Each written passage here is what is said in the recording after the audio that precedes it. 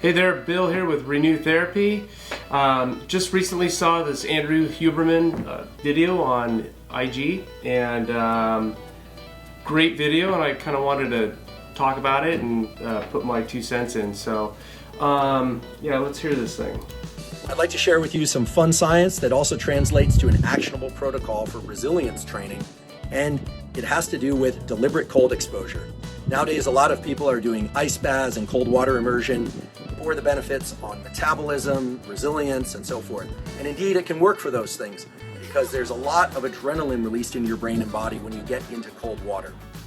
Yes, Andrew's right about metabolism and resilience.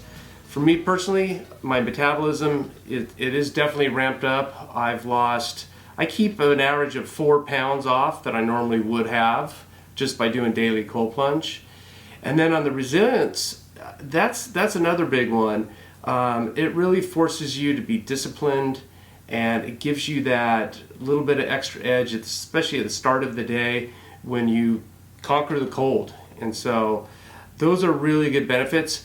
One other benefit that I'd like to mention that needs to be talked about is the immune system. Especially with all the stuff going on today, we all need stronger immune systems, and cold therapy on a daily basis, it provides that. And I've proven it to myself, and I've proven it to family members, and it's a big one. It's super important. So he's right on about the other two, and just wanted to add that. People often ask, how cold should the water be? And I always say, there's no simple prescriptive for that because there simply isn't. The best thing you can do is get into water that's uncomfortably cold such that you very much want to get out, but that you can stay in safely. And the uncomfortable part is key because it triggers the release of adrenaline in the brain and body, also called epinephrine. Well, that's a good question. A lot of people ask, how cold should the water be? And the answer is, depends on you and depends on your threshold. I have friends that can get in at the super coldest level and stay in there for a long, long time. I have friends and customers that they just jump out after 10 seconds. So once you find your desired temperature that's cold, uncomfortable, and that you can stay in there for a couple minutes or more, that's kind of where you want to be. And remember, it's not a contest on how long. Like Joe Rogan did 20 minutes. That was crazy. The goal is to be safe and get the body to react to the cold. And you don't need to be in there for 20 minutes, anything like that. You're just looking for that reaction. So a lot of people, they don't want to jump in cold water. I mean, technically, no one really does. People are doing this, and there's a movement of cold water immersion because there's so many health benefits. And if you really look at it, I can get all these benefits with just jumping in the water for a couple of minutes versus taking a box of vitamins every day and supplements that you don't know actually work. With cold water immersion, one, you instantly feel the dopamine and the norepinephrine. You feel that every time when you jump out, which is kind of like the payoff for me. That's that I always go, maybe not today. Boom, I know I'm going to get that rush, and I go for it. But the health benefits, that takes 6 weeks or so where you start to notice things about your skin and your immune system and things like that. So that's a longer investment, but you get that little dopamine hit every time, and it's the best way to start your day or to revive your day if you're having a bad day or a long day. The way I designed the Renu product is that when you want to do your cold therapy, which should be every morning and maybe every night, at least once a day, that you go out to your deck and you lift the lid off and you jump in. It's already cold, it's already clean, you don't have to go get ice.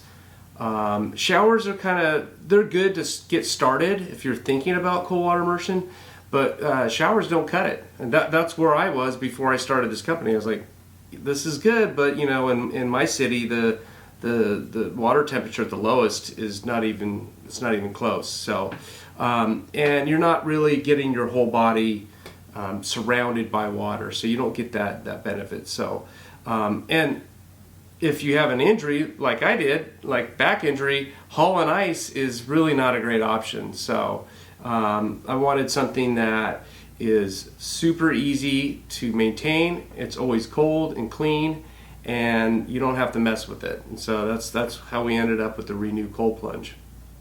Most people will get into a cold shower, ice bath, or cold water immersion, and they will stay completely still. In fact, you'll see these really tough-looking guys and gals who look very stoic. I have to tell you that keeping clarity of mind while in cold water immersion is excellent resilience training. However, when you keep your body still, you are depriving yourself of some of the resilience training that you could access if you were to move around. And the reason for that is that when you get into cold water, your body generates a thermal layer around it. You have a thin layer of water that's actually heated up by your body. So if you really want to get the most out of your cold water immersion, get in up to your neck, calm your mind, maybe slow your breathing if that's your practice, but then move your arms and legs around a bit, pedal them up and down, kind of sift them around in the water, and you'll break up that thermal layer. And as you'll find, the water will feel even colder. You'll get even more adrenaline release in your brain and body, and you'll maximize your resilience training. Please put your questions in the comment section below this post. And as always, thank you for your interest in science. Yeah, Andrew's right. The thermal layer does create some sense of warmth. Not like you're warm by any means, but similar to like how I do a lot of stand-up paddling and surfing, and what happens is when you have a wetsuit on in the winter, it does get wet inside, but you heat that layer of water up around your skin, so it creates a sense of warmth. Our product is we have a Ozone Jet, always injecting fresh ozone for water purification. That jet creates enough movement in the water to where the thermal layers, it doesn't really happen, and so you get that extra biting cold, which is kind of what you're looking for. So I'd love to hear what you guys have to say and what your thoughts are and practices for doing cold water immersion. I myself have a few different methods. It's based on whatever my objection for the day is or that particular plunge, but I hear from so many different customers, and a lot of people do a lot of different things, and so I'd love to hear what you guys are doing and see what's working. Put it down in the comments, and we will definitely answer back or provide any feedback or anything like that. So thank you, and I'll catch you in the next video.